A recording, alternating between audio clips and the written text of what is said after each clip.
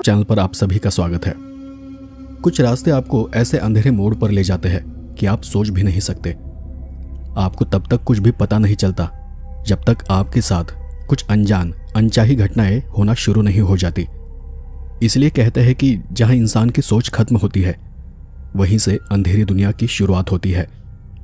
आज की कहानी भी कुछ ऐसी ही है, एक ट्रक ड्राइवर की। ये उनकी एक आप बीती है। तो आइए कहानी शुरू करते हैं। मेरा नाम रंजीत है और मैं ट्रक चलाता हूँ।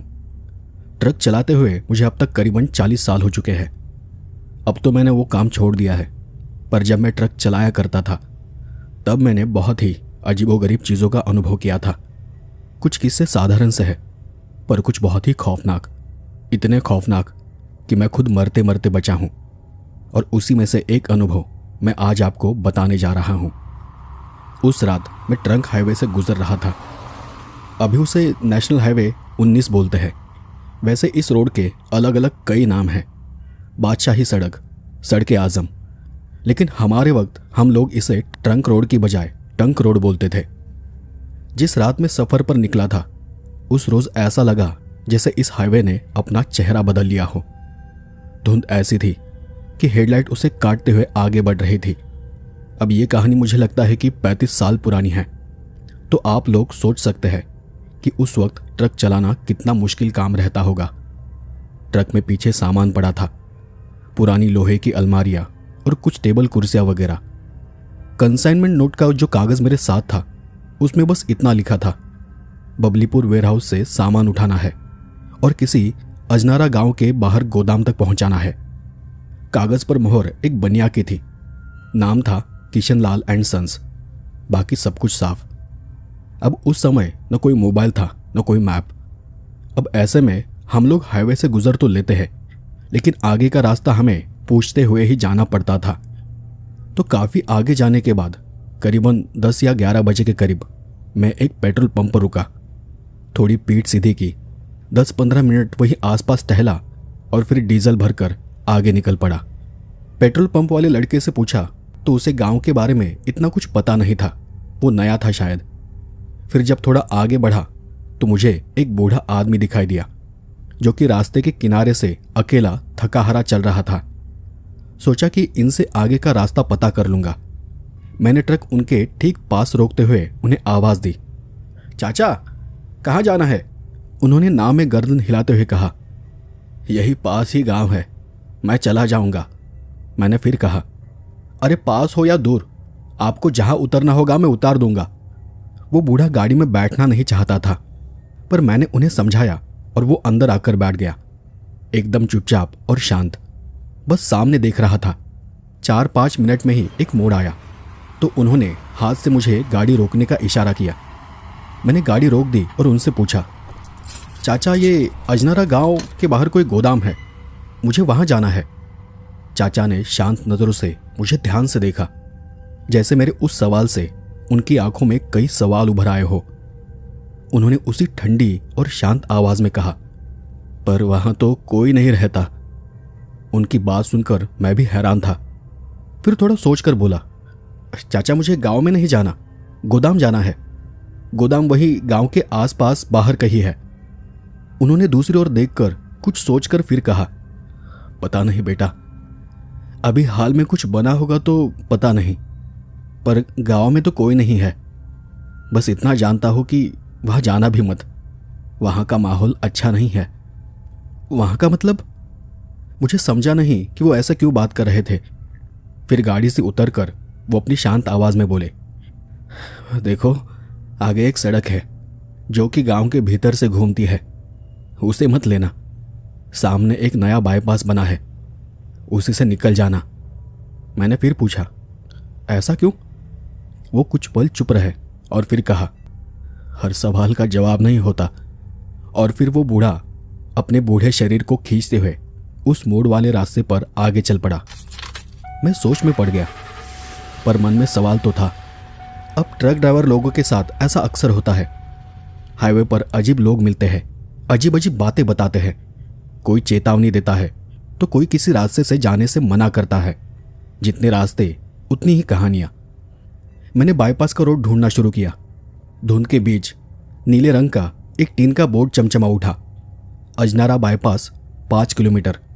ठीक उसी समय हेडलाइट की रोशनी में मैंने सड़क के किनारे एक पुराना मील का पत्थर देखा, जर्जर हालत में, और उस पर चूने से कुछ लिखा हुआ था, अजनारा 2 किलोमीटर, और तीर का निशान गांव की तरफ था। अब टेक्निकली मुझे बाईपास लेना चाहिए था, पर कहते हैं ना कि ट्रक ड्राइवर का एक पाप हमेशा उनके साथ रहता है, और वो है जिज्ञासा। बाईपास लेता तो मुझे काफ़ी घूम कर जाना पड़ता और शायद डीजल की खपत भी ज़्यादा होती। गांव के भीतर से शॉर्टकट मारूंगा तो अंदाजन आधा घंटा तो बच जाएगा, और आधे घंटे का मतलब ज़्यादा देर आराम करने मिलेगा। मैंने स्टीयरिंग दाहिने मोड़ लिया और ट्रक कच्चे रास्ते पर हिलता डुलता गांव की तरफ जाने लगा। जब मैं अजनारा गांव की सीमा पर पहुंचा तो मुझे थोड़ा अजीब लगा। बंद खिड़कियां, सुनसान रास्ते, कोई आवाज़ नहीं, कोई हलचल नहीं। घर की कच्ची दीवारों पर पुरानी राख, लकड़ी के दरवाजे जिन पर अनगिनत हथेलियों के धूल के निशान थे। सड़क के दोनों ओर बरगद की और बाबुल के पेड़ों की झाड़ियों का अंधेरा। और एक और अजीब बात जो मैंने महसूस की, और वो ये कि वहां कुत्ते भौंक नहीं रहे थे। बुजुर्ग लोग अक्सर कहते हैं कि गांव में भौंकते कुत्ते ना हो तो समझ जाओ कि वहां की हवा ठीक नहीं है। मैंने ट्रक धीमा कर दिया, इसलिए नहीं कि रास्ता खराब था, बल्कि इसलिए कि सामने से आती हवा में मिट्टी और किसी पुरानी धुएं की गंध थी, जैसे किसी ने सैकड़ों दिए एक साथ बुझा दिए हो और उनकी राख अब वहां की हवा में तैर रही हो। मैं उसी धुंधलाहट भरे रास्ते से आगे आगे बढ़ता गया, और थोड़ा आगे जाने पर मैंने एकदम से ब्रेक लगाया। जिसे मैं रास्ता समझ रहा था, वहां बीचों बीच एक बड़ा सा पेड़ था, गाड़ी से बस कुछ ही इंच दूरी पर। अच्छा हुआ गाड़ी धीमी थी, वरना मैं जरूर इस पेड़ से टकरा जाता। और जब मैं गाड़ी घुमाने लगा तब मैंने हेडलाइट की रोशनी में देखा, वहां पर अनगिनत पेड़ थे, मतलब आगे शायद जंगल था। मैंने गाड़ी वापस उसी रास्ते पर घुमा ली और फिर से पीछे जाने लगा, वापस उस गांव से, उन मुर्दा घरों के सामने से गुजर रहा था। तभी मुझे एक दरवाजा बंद होता दिखाई दिया। अंदर कोई था या नहीं पता नहीं, पर कुछ हलचल जरूर हुई थी। मैंने हॉर्न बजाना ठीक नहीं समझा, इसलिए वहीं से उन्हें आवाज दी, 1 बार 2 बार, पर कोई जवाब नहीं आया। और मैं नीचे उतरने ही वाला था कि पीछे से किसी ने कहा, यहां रात में कोई नहीं मिलता। मैंने मुड़कर देखा तो वो एक लड़की थी, उम्र शायद 25 के आसपास की होगी। हरे दुपट्टे के अंदर धुंधला सा चेहरा, पर आंखें साफ थी। वो पीछे की काली अंधेरी छांव से निकलकर मेरे सामने आई थी। उसने आंखें घुमाकर ट्रक को देखा, फिर धीमे से कहा, बाईपास से निकल जाते तो अच्छा था, यहां जो भी अंदर आता है वो यहीं फंस जाता है। मतलब? मैंने हंसने की कोशिश की। उसने सीधे तीखे लहजे में कहा, यह गांव है, यहां का हिसाब अलग होता है। यहां जो हुआ है उसकी कोई कल्पना नहीं कर सकता। यह गांव इसलिए खामोश है क्योंकि वो अपनी आवाज खो चुका है। उसकी ये बात मुझे हजम नहीं हुई, पर अब तक मैं इंजन बंद कर चुका था। रात की गिरती ठंड से मेरा शरीर भी सिकुड़ रहा था। मैंने दरवाजा खोला और नीचे उतर कर कहा, मुझे तो बस आगे का रास्ता जानना है, फिर मैं निकल जाऊंगा। वो धीमी चाल में आगे आगे चलती रही और सामने देखते हुए मुझे उस जगह के बारे में बताने लगी। सामने जो पेड़ों का घेरा दिख रहा है ना, गांव के लोग उसे जंगल कहते हैं, पर किसी जमाने में यह बस एक घना बाग था। सालों पहले 2 किसान हुआ करते थे, फसलें सूख गई, कर्ज में डूबे, और फिर कर्ज के बदले यहां के जो जमींदार थे उन्होंने उनकी औरतों को उठा लिया। किसी ने कोई मदद नहीं की। एक रात वो वहां गए और अपने गले में रस्सी डाल दी। कहां जाने लगा कि उनके मरने के बाद जो भी वहां गया वापस उनकी लाशें ही मिली, और कुछ ही सालों में वो घना बाग जंगल में बदल गया। उसकी बात सुनकर मैंने अपनी सांसें रोक ली। लाशें? उसने मेरी ओर देखा नहीं, उसका ध्यान अब भी सामने ही था। बिना पल के झपकाए, बिना कोई हलचल वो उसी जंगल की तरफ देख रही थी। फिर उसने आगे कहा, शहर से 2 लड़के आए थे कई साल पहले, टेंट बोनफायर वगैरह लेकर। वहां कुछ करना चाहते थे। गांव वालों ने उन्हें रोका भी, फिर भी वो उस जंगल में घुसे। सुबह जंगल से बाहर उनकी सिर्फ लाशें मिली, ठंडी पड़ी हुई। पर सबसे अजीब बात थी कि उनके शरीर में खून ही नहीं था, जैसे किसी ने धीरे धीरे उनका सारा खून चूस लिया हो। मेरी आवाज अंदर ही दब के रह गई। मैं खामोश उस जगह की ओर देखता रहा।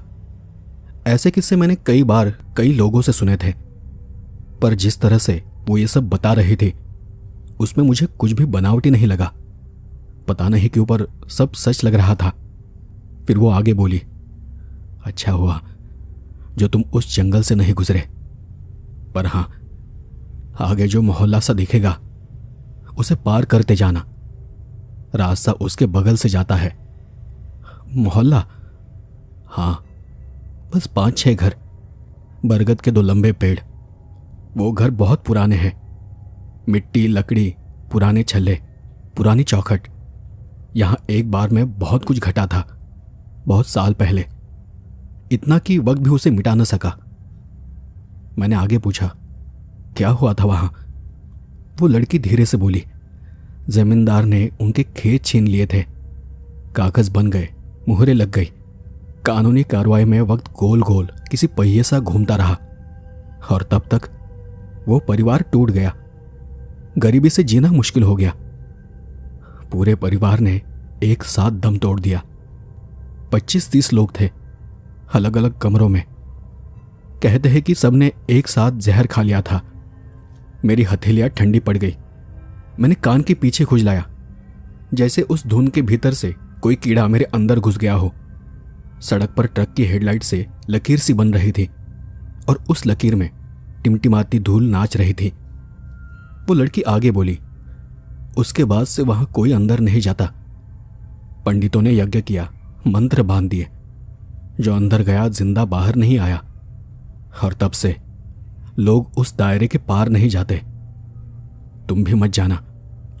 उसने आखिरी वाक्य यूं कहा जैसे बात खत्म हो गई हो।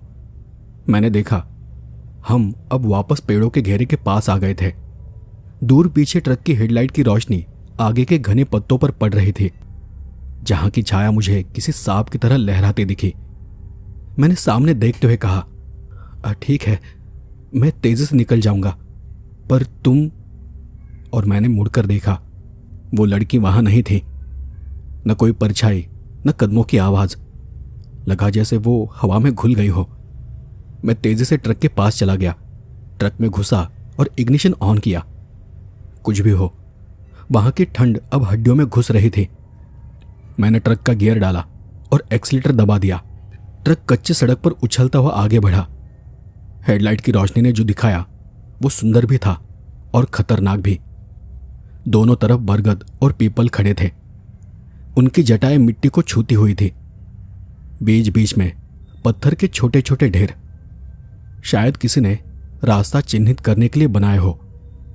पर खास बात यह थी कि हर ढेर पर एक लाल धागा बंधा था, जैसे किसी ने रास्ते को बांध रखा हो।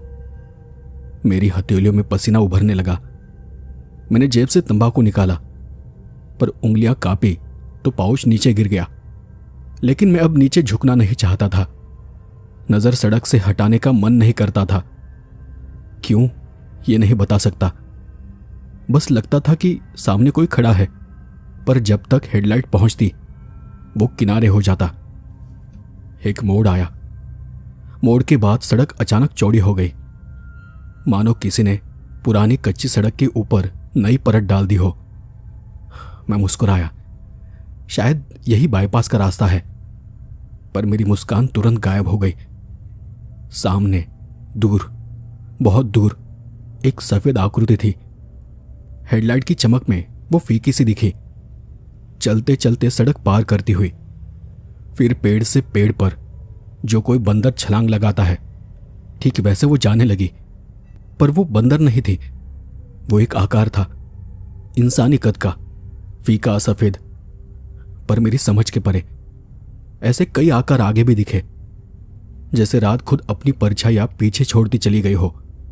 मैंने उस ओर ध्यान नहीं दिया और खुद से कहा, यह बस धुंध है, बस धुंध। और बिना ब्रेक लगाए आगे बढ़ता रहा। ट्रक को रोकने की अब मुझ में हिम्मत ही नहीं थी। आखिरकार सामने वो छोटा सा मोहल्ला आया, जैसा उस लड़की ने कहा था। 5-6 घर, बरगद की जटाएं, मिट्टी की दीवारें, लकड़ी के दरवाजे और दरवाजों पर पुराने पाट। वहां की हर खिड़की बंद थी, पर मैं कसम खाकर कह सकता हूं, वहां खिड़कियों के पीछे आंखें थी, लाल चमकती आंखें, कई सारी, मुझे घूरती हुई आंखें। मैं स्टीयरिंग कसकर पकड़े हुए था। मैंने खुद को समझाया कि यह बस दिमाग का खेल है, और मैंने ट्रक की रफ्तार बढ़ा दी। पर रफ्तार बढ़ाते ही सामने की सड़क अचानक से घट गई।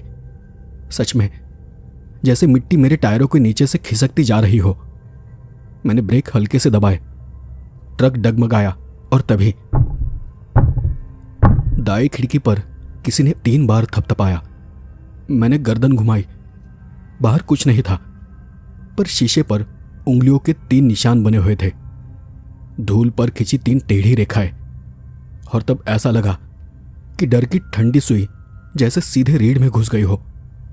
मैंने हेडलाइट फुल बीम कर दी और तभी ठीक सामने सड़क के बीचों बीच एक औरत खड़ी दिखी।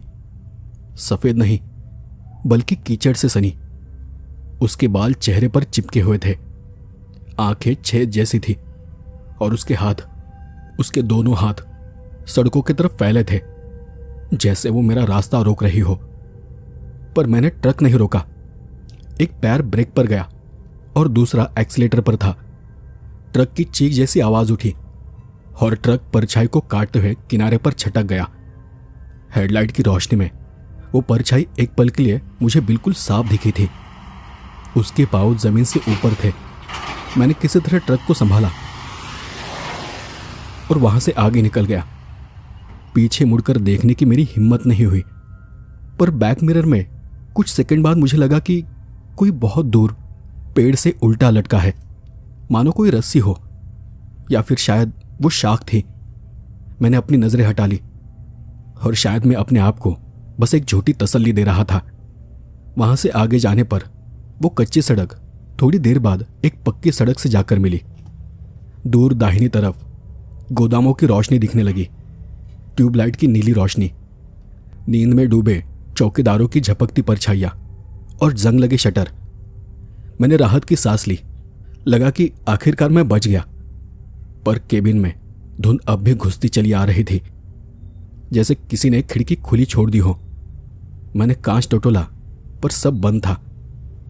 गोदाम पर पहुंचा तो वहां पर भी अजनबी सा सन्नाटा था। फाटक खुला पर कोई चौकीदार नहीं।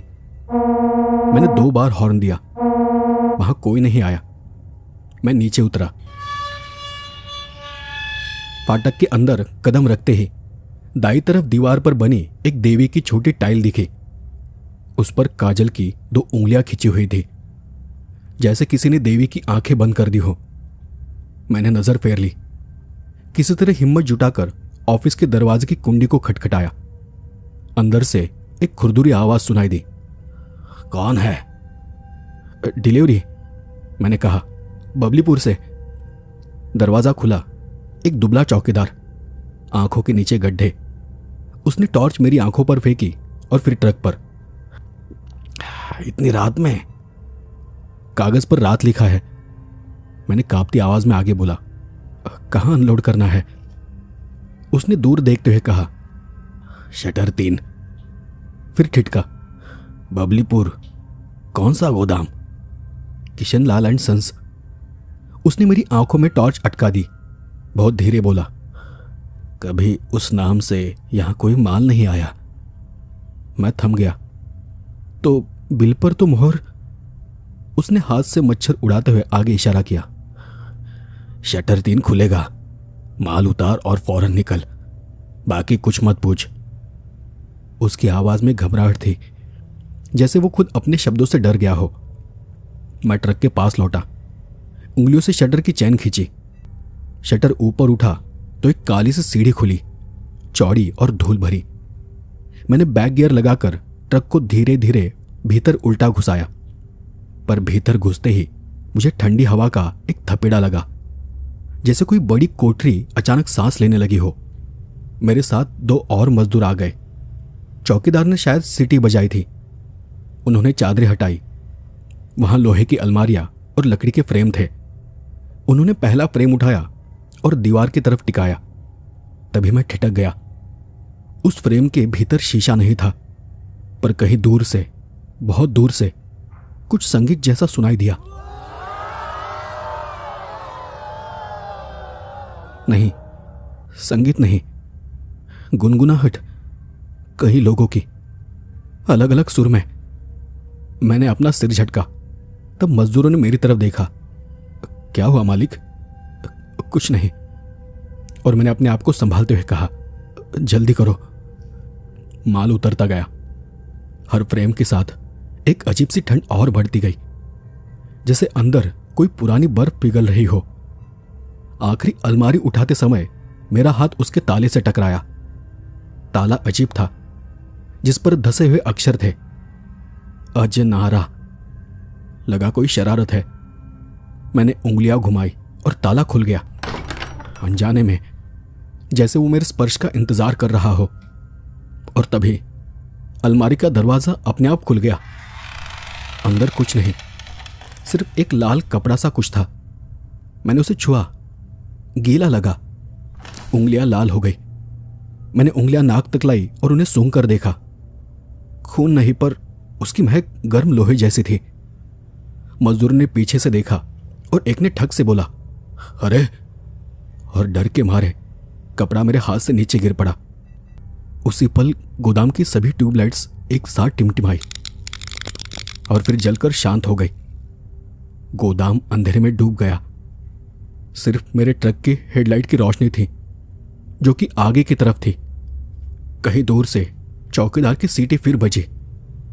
वो सारे मजदूर भागे और अब मैं अकेला वहां रह गया।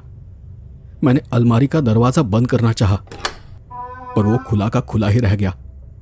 और उस खुले दरवाजे के अंदर से मुझे कुछ आवाजें सुनाई दी। फुसफुसाहट, जैसे बहुत सारे लोग एक साथ कुछ कह रहे हो। शब्द नहीं समझे, पर उसकी दिशा पीछे थी। मैंने मुड़कर देखा, लेकिन वहां था बस अंधेरा। ट्रक में वापस बैठने के लिए मैंने कदम बढ़ाया ही था कि धुंध की एक परत सीधे मेरे गले से लिपटी। नहीं, पर सच में आप इसे कल्पना समझ सकते हैं, पर वो परत भारी थी, नमी से भरी, ठंडी पर वजनदार। मैं वहीं पर रुका, लगा जैसे किसी ने अपने ठंडे हाथ मेरे गले पर रख दिए हो। मैंने हाथ से उसे हटाने की कोशिश की। उंगलियां एक चिकने पर्दे से टकराई और उसी पर्दे के भीतर से किसी ने मेरा नाम लिया, रंजीत। मैं थम गया। किसकी आवाज थी वो? किसी औरत की, दूर की, जैसे कुएं से आती हो। फिर वही शब्द, क्यों भाग रहा है? यहां से निकल नहीं पाएगा।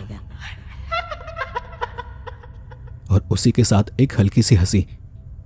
मैं घबराहट में ट्रक की तरफ भागा। केबिन का दरवाजा खोला, इंजन स्टार्ट किया, हेडलाइट की रोशनी पक्की सड़क पर फेंकी, गियर डाला और ट्रक आगे बढ़ा। शटर के नीचे से निकलता हुआ, फिर फाटक से बाहर की सड़क पर। मैं बस भागा जा रहा था, पर दूर, बहुत दूर, जहां सड़क फिर से गांव में मुड़ती थी, मुझे फिर वही लड़की दिखी, सड़क के किनारे खड़ी, जैसे वो मेरा इंतजार कर रही हो। मैंने उसे हॉर्न दिया, पर उसने कोई इशारा नहीं किया। शांत, मौन, बस उसकी आंखें एक टक मुझे घूर रही थी। मैंने ट्रक को उसके पास रोका। वो धीरे से पास आई। पहले तो कुछ बोली नहीं, बस ट्रक के फुटबोर्ड पर हाथ रखा। उसके हाथ की उंगलियां ठंडी थी, शायद कांप रही थी। तुम इतनी रात में बाहर क्या कर रही हो? ये जगह अच्छी नहीं है, मैंने घबराते हुए कहा। और मेरी इस बात पर वो सिर्फ मुस्कुराई। हाँ, मैं जानती हूं, मैंने कहा था ना, लोग यहां आकर अक्सर गुम हो जाते हैं। क्या मतलब? उसने मेरी आंखों में आंखें डालकर कहा, रात अभी खत्म नहीं हुई है। तुम अभी सड़क पर अकेले नहीं हो। मेरा दिमाग सुन्न हो गया, सांसें तेजी से चलने लगी, हाथ पांव थरथराने लगे। मतलब और कौन है? वो उसी आवाज में बोली, वो जो कभी लौट कर नहीं गए। हवा उस पल और ठंडी हुई। मैंने पीछे से चादर खींच ली और उसे अपने शरीर पर ओढ़ लिया। हाथ तो अब जैसे स्टीयरिंग पर जम चुके थे। वो लड़की फिर बोली, सीधे निकलो, बाईपास पार करो, कहीं मत रुकना। बीच में कोई दिखे, कोई रोके, कोई बुलाए, बिल्कुल मत रुकना। पर अगर नहीं, बस इसी बात को याद रखना। उसने फुटबोर्ड से हाथ हटा लिया। एक पल को लगा कि वो मुस्कुरा रही है, फिर वो धुन में पीछे हटती चली गई, जैसे वो हवा से बनी हो। और जैसे ही वो गायब हुई, मैंने ट्रक को तेजी से भगाया। फिर मैं एक सड़क पर आ गया। शायद वो बाईपास की सड़क थी, बिल्कुल ताजा बनी सड़क, चौड़ी, समतल और चिकनी। दोनों किनारों पर सफेद पट्टियां चमक रही थी, पर सड़क पूरी तरह खाली थी। न कोई कुत्ता, न कोई इंसान, सिर्फ दूर दूर तक फैली धुंध और बेतरतीब खड़े पेड़ों की टेढ़ी परछाइयां थी। कुछ देर बाद सामने हल्की हल्की रोशनी चमकने लगी। लाल और पीली लाइटें थी, जैसे कोई ट्रैफिक का बैरिकेड लगा हो। बीच में पुलिस की एक जीप खड़ी थी। रोशनी देखते ही मैंने राहत की लंबी सांस ली। लगा कि आखिरकार किसी जीवित इंसान का चेहरा दिखेगा। होठों पर हल्की मुस्कान आ गई। मैंने स्पीड कम की और ट्रक को धीरे धीरे बैरिकेड के पास ले आया। जीप के पास 2 पुलिस वाले खड़े थे। दोनों ने जैकेट कसकर पहनी हुई थी। कोहनियां पेट में दबाए वो खड़े थे और कैप कान तक खिंची हुई थी। उनमें से एक ने हाथ उठाकर मुझे रुकने का इशारा किया। मैंने ट्रक किनारे रोका। वो दोनों पास आ गए। एक ने झुककर मेरा ट्रक का नंबर पढ़ा, तो दूसरा सीधे मेरी खिड़की के पास आकर बोला, कहां से आ रहे हो? बबलीपुर से, मैंने जवाब दिया। अपनी आवाज मुझे भारी और अजनबी लगी। उसने अगला सवाल किया, कहां तक जाना है? अजनारा गोदाम, माल उतार कर लौट रहा हूं। वो कुछ पल तक मेरी आंखों में देखता रहा। उसकी नजर अजीब थी, जैसे मुझ पर तरस खा रही हो। फिर वो धीमे स्वर में बोला, सीधे निकल जाओ, पीछे मत मुड़ना। और इसके बाद वो चुप हो गया। बस दाईं ओर हटकर उसने रास्ता खोल दिया। मैंने धीरे से सिर हिलाया और एक्सीलेटर दबा दिया। जीप की नीली और लाल बत्तियां में पीछे छूटने लगी। लेकिन उसी क्षण बैक मिरर में मेरी नजर अटक गई। जीप के पास कोई तीसरा आदमी खड़ा था। न वो पुलिस वाला जैसा था, न कोई सामान्य आदमी जैसा।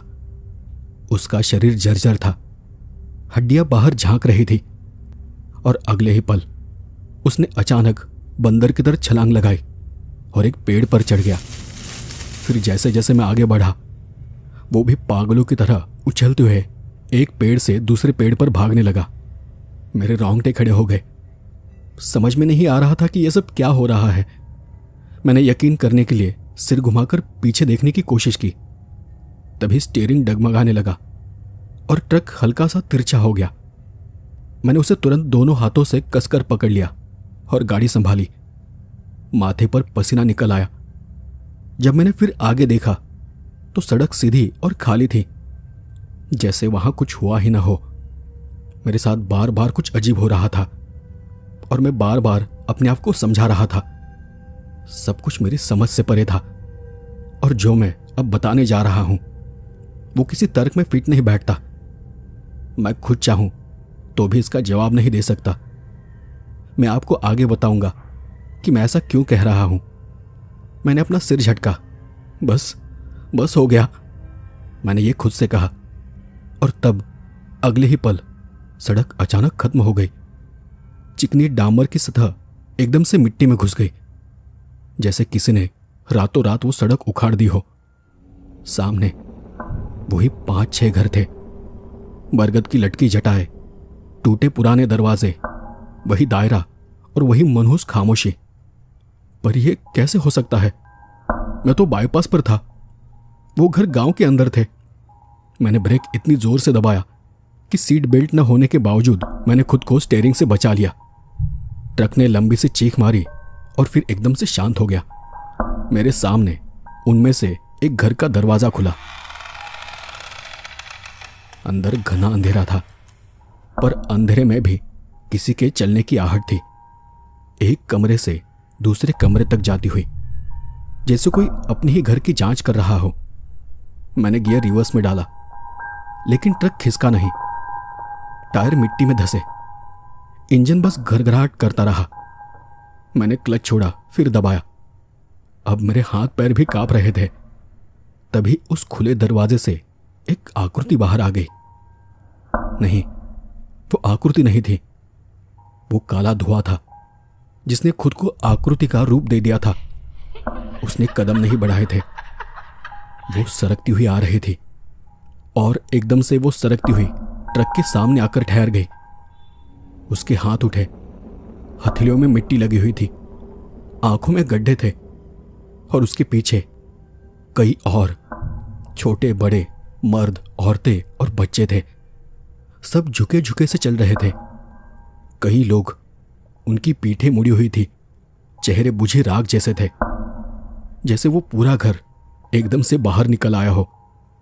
मेरी सांसें गले में अटक गई और उसी बीच मुझे उस लड़की की कही एक बात याद आ गई। कहीं मत रुकना, बीच में कोई दिखे, कोई रोके, कोई बुलाए, मत रुकना। पर अब मैं रुका हुआ था। मर्द, औरतें, बच्चे सब साए बनकर बाहर मेरे सामने थे। एक पल को सब खामोश रहे, फिर सबकी चीखें एक साथ फटी, इतनी तेज कि कान नहीं, हड्डियां तक कांप उठी। मेरा दिमाग सुन्न रह गया। अचानक पूरा झुंड ट्रक पर टूट पड़ा। शीशों पर खुरुशने की आवाज आने लगी, छत पर एड़ियां पड़ने लगी। किसी ने बोनट पर उछलकर विंडशील्ड पर अपना चेहरा दे मारा। उसकी आंखों में मैं खुद को उल्टा देख रहा था। दरवाजे पर हथेलियां ऐसे पड़ रही थी जैसे उन्होंने मुझे बाहर घसीटने की ठानी हो। लोहे पर दांत रगड़ने लगे और बच्चों जैसे साए खिड़की से भीतर घुसने लगे। मैं पागलों की तरह चिल्लाया और मैंने पूरी ताकत से स्टीयरिंग मोड़ा। एक्सीलेटर फर्श तक दबा दिया।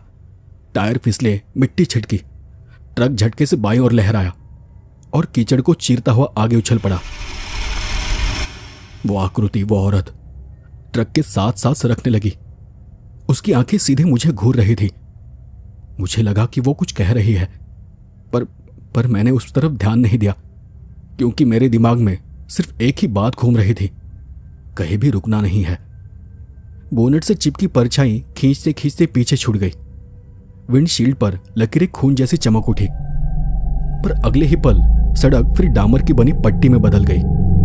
पीछे चीखों का झुंड वही मिट्टी में धंस गया और मैं अब भी कांपते हाथों से स्टीयरिंग पकड़े था और बस एक ही बात दोहरा रहा था, बस रुकना नहीं है, कुछ भी हो कहीं भी रुकना नहीं है। सुबह की हल्की रोशनी दूर आसमान पर एक पतली सफेद चादर सी फैलने लगी। धुंध धीरे धीरे छट रही थी। हवा साफ होने लगी। मेरी आंखें बोझिल थी, शरीर थकान से टूट रहा था, पर फिर भी मैं स्टीयरिंग कसकर पकड़े था, क्योंकि दिमाग में अब भी वही बात गूंज रही थी, रुकना मत। सड़क ने एक चौड़ा मोड़ लिया और उसके उस पार शहर का पहला किनारा दिखा। इमारत का सिरा धूप की सफेदी में चमकता हुआ। वहीं आगे शहर की सीमा पर एक चेक पोस्ट दिखा। पोल आधा उठा हुआ था, मगर वहां कोई पहरेदार नहीं था। मैंने बिना रुके ट्रक आगे बढ़ा दिया। कुछ दूर पर पहला ढाबा मिला, वीरान सा। मैंने ट्रक को किनारे रोक दिया और इंजन को बंद किया। उस पल लगा जैसे सब कुछ एकदम से शांत हो गया है। मैंने थकान और डर के मारे आंखें बंद की, हथेलियों से चेहरा ढक लिया। दिल की धड़कन अब पहली बार सामान्य लगी। लेकिन जब मैंने आंखें खोली और जैसे ही नजर ऊपर गई, केबिन के सामने वाली कांच पर 3 उंगलियों के निशान थे। पर जैसे ही दिमाग शांत हुआ, मुझे याद आया कि ये रात वाले निशान हैं। मैंने खिड़की थोड़ी खोली और साफ हवा अंदर घुस गई। तभी ढाबे वाला पास आया, आंखें नींद से भरी, हाथ में पीतल का गिलास ले वो बोला, चाय? मैंने बस सिर हिला दिया। वो गिलास रखकर वापस चला गया। मैंने एक घूंट लिया।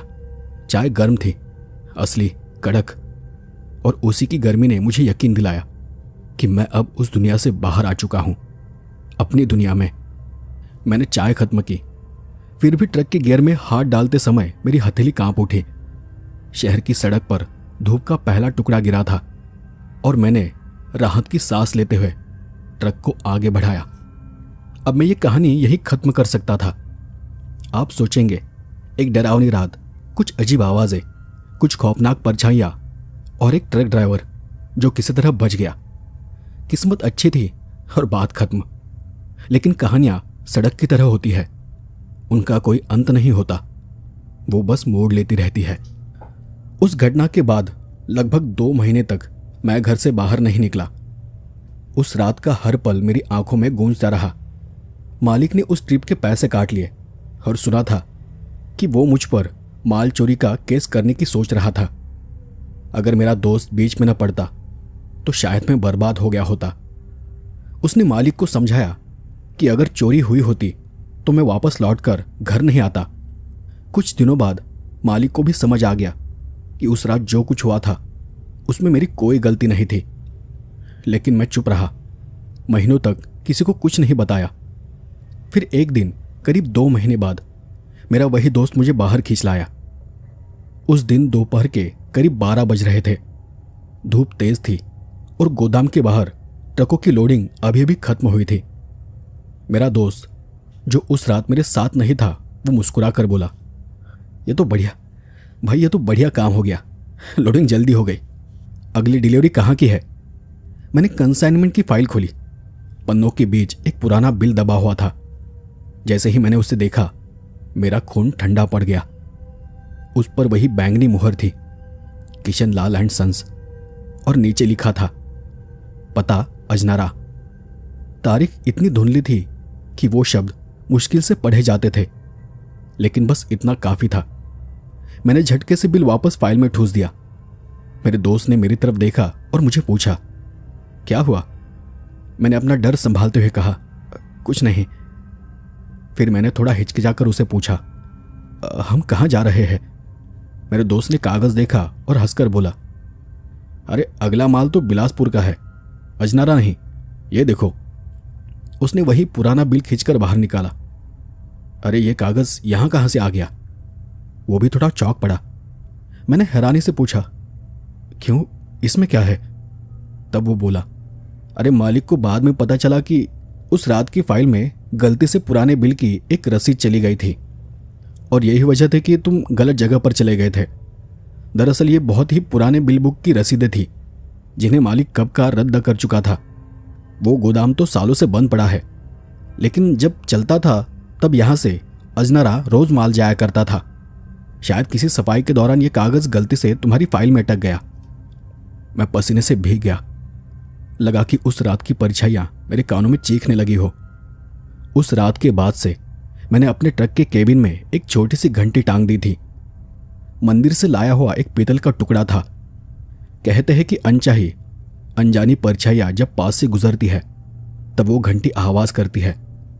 जब भी हेडलाइट धुंध को चीरती है और सड़क अंधेरे में आगे खुलती जाती है, और जब सड़क के किनारे कोई सफेद साया मुझे चलता हुआ नजर आता है, वो घंटी अपने आप बजने लगती है। पता नहीं सचमुच उसका असर होता है या नहीं, लेकिन शायद ये मेरा खुद को दिलासा देने का एक तरीका है। और हां, उस रात जो 3 खरोंचे केबिन के कांच पर उभर आई थी, वो आज भी वही है। मैंने उन्हें कभी मिटाया नहीं। वो मुझे याद दिलाती रहती है कि मैं एक छलावे से बचकर निकला था। हाँ, मैं उसे छलावा ही कहता हूं, क्योंकि जो कुछ उस रात मेरे साथ हुआ था वो सच और झूठ के बीच की रेखा पर था। वो अनजान लड़की, वो गोदाम, वो घर, वो लोग, वो पुलिस और वो चेकपोस्ट, सब कुछ किसी मायावी खेल जैसा था। वहां कुछ भी नहीं था, पर सब कुछ मुझे दिखाई दिया। जो मेरे दिमाग में उठ रहा था वो मेरे सामने आकार ले रहा था, और फिर हर बार वो किसी भयानक, खौफनाक रूप में बदल जाता था। अब भी जब मैं किसी सुनसान सड़क पर ट्रक चलाता हूं और जब घंटी बजती है तो लगता है कि जैसे परछाइयाँ मेरे पास से गुजर रही है और वो मुझे याद दिलाती है कि सड़क कभी खत्म नहीं होती, वो बस एक और मोड़ लेती है। तो दोस्तों, ये थी आज की कहानी। आपको ये कहानी कैसी लगी मुझे कमेंट कर ज़रूर बताएं।